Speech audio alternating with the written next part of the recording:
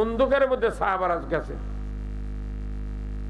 ওই সাহাবি বাড়ির ভেতর ঢুকছে, এই সাহাবিটা দরজা নক করছে, চলেছে, হুজুর কে আপনি?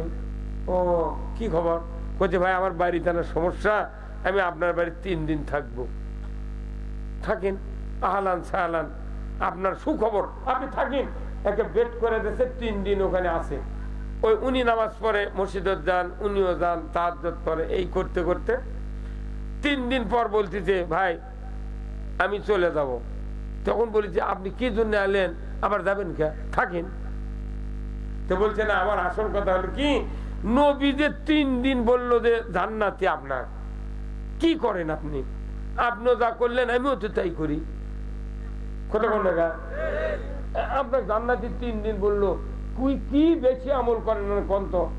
তো বলছি যে ভাই আমি বলবো না, রসুল বলবি সেটা।